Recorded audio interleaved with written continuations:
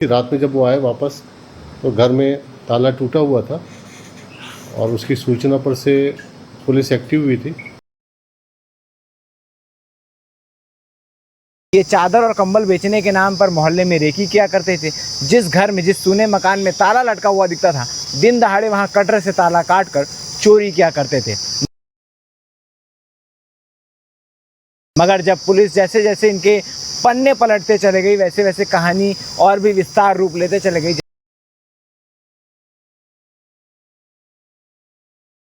नेहरू नगर चौक से फिर कोसा नाला फिर थाने के सामने और फिर वहाँ से पावर हाउस चौक से चरौदा से कुम्हारी टोल प्लाजा और कुम्हारी टोल प्लाजा से रायपुर से सीसीटीवी फॉलो करते करते जय स्तंभ चौक से फिर मौधापारा चौक। दुर्ग पुलिस ने नेहरू नगर और पद्मनाभपुर थाना क्षेत्र अंतर्गत हुई चोरी का आज खुलासा किया है और इस खुलासे में कई सारे पहलू और निकलकर सामने आए। क्या कुछ पूरी कहानी है, आपको तफ्तीश से बताते हैं। दरअसल आपको बता दूं कि एक अंतर्राज्यीय चोर गिरोह जो उत्तर प्रदेश के मेरठ से निकल कर आता है, दुर्ग में चोरी करता है और यहाँ से फरार हो जाता है। और छोटी मोटी चोरी नहीं, अच्छा बड़ा हाथ मारता है। लाखों के जेवरात और नकदी रुपए लेकर यहाँ से उड़ जाता है। जब पुलिस इसका पता लगाती है तो सीसीटीवी कैमरे में स्पष्ट रूप से इनकी तस्वीर मिल जाती है। फिर सीसीटीवी कैमरे का पीछा करते हुए लगभग 300 से भी ज़्यादा सीसीटीवी खंगाले जाते हैं, जिसके बाद पुलिस मौधापारा के घर में पहुँचती है, जहाँ पर कमरे को रेंट में लेकर रहा करते थे अपने आप को कंबल और चादर बेचने वाला बताकर। हालांकि जानकारी ये मिली है कि ये चादर और कंबल बेचने के नाम पर मोहल्ले में रेकी किया करते थे। जिस घर में, जिस सूने मकान में ताला लटका हुआ दिखता था, दिन दहाड़े वहां कटर से ताला काट कर चोरी किया करते थे। मगर जब पुलिस जैसे जैसे इनके पन्ने पलटते चले गई, वैसे वैसे कहानी और भी विस्तार रूप लेते चले गई, जहाँ पर उनकी चोरी बिलासपुर, मध्य प्रदेश के जबलपुर, भोपाल के साथ साथ और भी अन्य जगहों पर इनके चोरी के कारनामे लिखे हुए हैं। इसके साथ ही आपको बता दें कि उत्तर प्रदेश पुलिस ने इन्हें एक बार पहले गिरफ्तार भी किया है। 2 लोगों का नाम निकल कर सामने आया है, जिसमें हाशिम खान जो चोरी करता था और सलीम खान जो चोरी के माल को खरीदता था और गलाता था।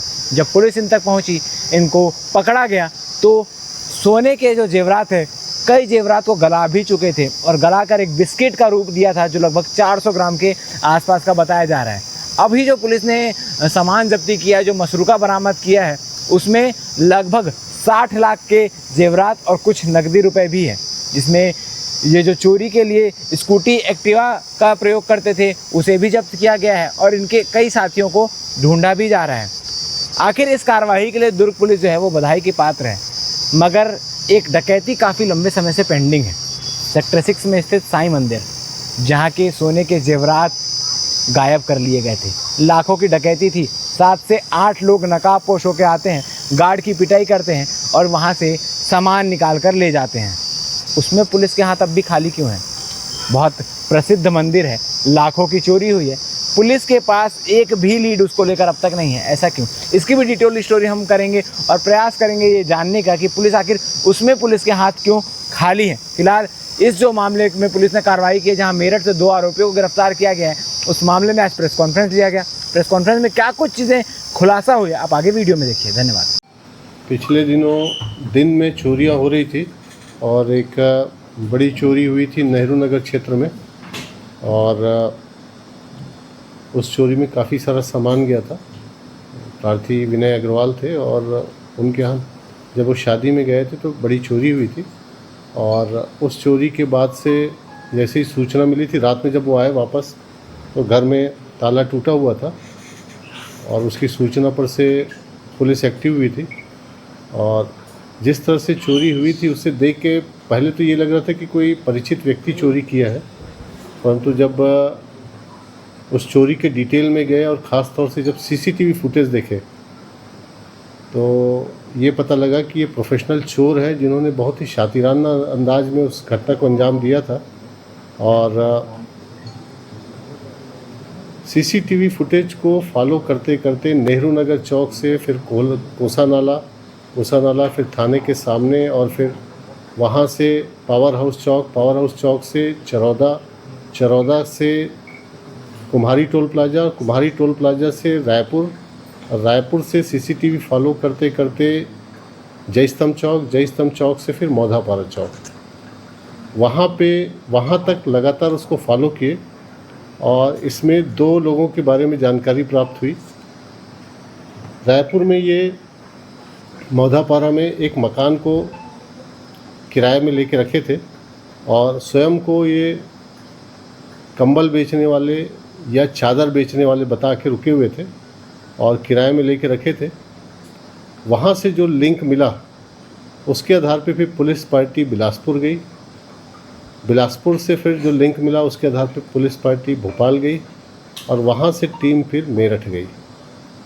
तो कुल मिला के जितनी भी जगह पुलिस पार्टी गई, इन्होंने 1 या 2 बड़ी बड़ी घटनाओं को अंजाम दिया था और अंततः जब पुलिस पार्टी मेरठ पहुंची तो इस गिरोह का पता लगा और इसमें 2 सदस्य इसमें पकड़ाए हैं। एक व्यक्ति जो चोरी में डायरेक्ट शामिल था, जो मकान के अंदर घुसा था, और दूसरा वो व्यक्ति जिसने इसको आभूषण को खपाने में मदद की थी। दोनों ही व्यक्ति पकड़े गए हैं, परंतु इसके एक साथी और भी है जो उस एरिया में निवासरत है और उसके लिए पुलिस टीम लगी हुई है और स्थानीय पुलिस की मदद से उम्मीद है कि हम लोग उसको भी जल्दी पकड़ लेंगे। और लगभग 400 ग्राम सोना इसमें मिला हुआ है।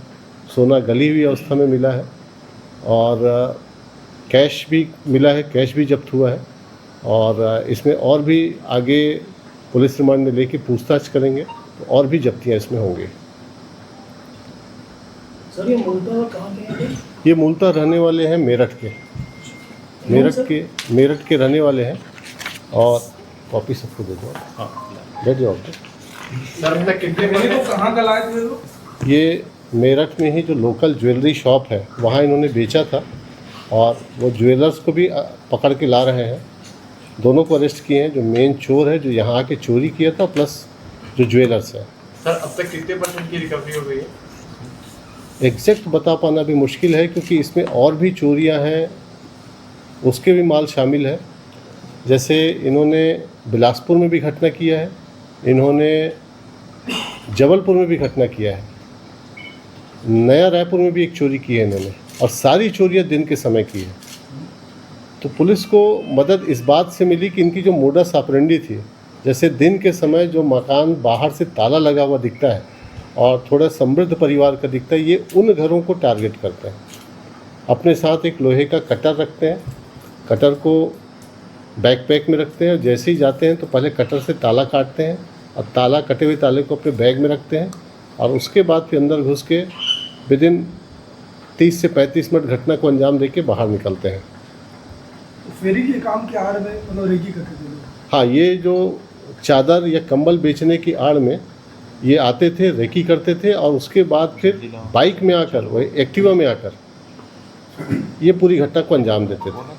और इसमें टीम को थोड़ा विलम्ब इसलिए हुआ क्योंकि सीसीटीवी फुटेज देखना और पूरे रास्ते में उसको आइडेंटिफाई करना ये बहुत मुश्किल काम था। एक एक सीसीटीवी फुटेज को देखना, फिर उसको स्लो मोशन में देखना और फिर सारी चीज़ों की कड़ियों को जोड़ना और फिर टेक्निकल इनपुट पे काम करना, क्योंकि दुर्ग से वो रायपुर की ओर भी जा सकता है और नांदगांव की ओर भी जा सकता है। तो दोनों तरफ टीमें लगी हुई थी, परंतु सीसीटीवी के साथ साथ जो टेक्निकल इंट पे जो काम हुआ उसी कारण ये सारे मिल पाए। कितने सीसीटीवी देखे गए हैं टोटल? मिनिमम 300 है, मिनिमम 300 सीसीटीवी रायपुर, बिलासपुर, भोपाल और मेरठ। सर आरोपी का नाम क्या है और उम्र क्या है उसकी? ये सब आपको डिटेल अभी मिल जाएगा। यहाँ कैसे पहुँचे लोग और मोदाबाद में कब से रहते थे किराए में? ये यहाँ 3 घटनाओं को अंजाम दिए अभी तक जो जानकारी मिली। अब चूँकि पुलिस रिमांड लेके पूछेंगे तो हो सकता है और भी जानकारियाँ मिले। मौधापारा में किराए में रहते थे और ये 2 अलग अलग समय में यहाँ आए हैं। एक बार अप्रैल फर्स्ट वीक में भी आए हैं ये, और उसके बाद ये जब घटना हुई है मई में तो उस समय आए हैं। तो ऐसा करके इन्होंने रेकी करके घटनाओं को अंजाम दिया है। एक घटना पदनापुर क्षेत्र की भी है और एक सुपेला का है और सुपेला का 2 मामला है। मोदाबाद में कब से किराए में रहते थे? 4-5 दिन अभी जो आए थे 4-5 दिनों से किराए में थे। और इसमें एक व्यक्ति और गिरफ्तार हम लोग किए थे, लेकिन उसको डिस्क्लोज नहीं किए थे क्योंकि वो व्यक्ति इनको गाड़ी प्रोवाइड किया था, मोटरसाइकिल प्रोवाइड किया था। इन्होंने अपने आप, जब बिलासपुर में थे तो इन्होंने एक लॉज किराए में लिया था और वहाँ से एक मोटरसाइकिल उन्होंने परचेस किया था। तो जिस व्यक्ति से इन्होंने मोटरसाइकिल परचेस किया था उसको भी इन चीज़ों की जानकारी थी, उनकी गतिविधियों की जानकारी थी परंतु उसने जानकारी नहीं दी थी, लिहाजा उसको भी आरोपी बना के हम लोगों ने करीब हफ्ता भर पहले न्यायालय में पेश किया था। ये लोग जितना गहना चोरी करते थे वो व्यक्ति को लोग उसी के ज्वेलर्स को बेचते थे कि अलग अलग जगह बेचते थे? वो ज्वेलर्स भी बड़ा ख़ास ज्वेलर्स है और उस ज्वेलर्स को बेचते थे। जो दूसरा व्यक्ति है वो जिस लोकेशन से इसको पकड़े वहाँ से थोड़ा दूर रहता है। जब वो पकड़ा जाएगा तो चीज़ें और क्लियर होंगी, क्योंकि इसमें और भी रिकवरी करना है हम लोग को। तो सब लोकल उनका सपोर्टिव कोई था?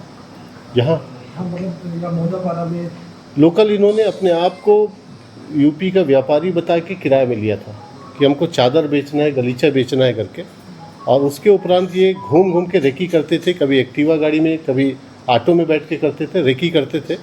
और जो मकान उनको दिख जाता था वो दिन में ही करते थे, क्योंकि गर्मी के दिनों में अमूमन दिन के समय मकान खाली रहते हैं, सूने रहते हैं, तो वो उसकी वजह से टारगेट करते थे। सर इनके पास चादर और गलीचा पाए गए हैं कि सिर्फ कहते थे? जब ये घटना यहाँ किए तो यहाँ जो सामान मिला था उसके बाद ये सब कुछ अपना सामान लेके चले गए थे। यहाँ पे सामान काफ़ी मिला था, उसके बाद ये सब लेके चले गए थे। ये जो ताला काटते थे लोग तो होते थे, तो कुछ टेक्निक कहीं से सीखे होते थे? वो कि कटर था, कटर कटर से काटते थे। उससे तुरंत कर जाते? कर सीखे जाते। होंगे कुछ भी नहीं ऐसे? अब वो इंट्रोगेशन में अभी तो मेरठ से उनको ट्रांजिट रिमांड पे लाए हैं। अभी इंट्रोगेशन पीआर लेके करेंगे और इसका फिजिकल डेमोन्स्ट्रेशन भी करेंगे कि कहाँ पे घटना कैसे किए हैं, तो चीज़ें और क्लियर होंगी। क्योंकि अग्रवाल जी के मकान में ज़्यादा सामान मिला था, इसलिए चल दिए थे। लास्ट यही था क्या उनका? इसके बाद वो तुरंत निकल गए थे यहाँ की घटना के बाद। तो अमूमन जो प्रोफेशनल गैंग है, जब एक बार सामान अच्छा मिल जाता है तो उसको पहले डिस्पोज करते हैं, उसके बाद फिर दूसरी चोरी करते हैं। सर इसके पहले कभी इनकी गिरफ्तारी हुई है स्टेट पुलिस के द्वारा कि हाँ, पुलिस नहीं पकड़ा है? इससे पहले यूपी पुलिस ने एक बार इनको पकड़ा है और भी डिटेल इनका निकाल रहे हैं। यूपी पुलिस ने इनको एक बार पकड़ा है।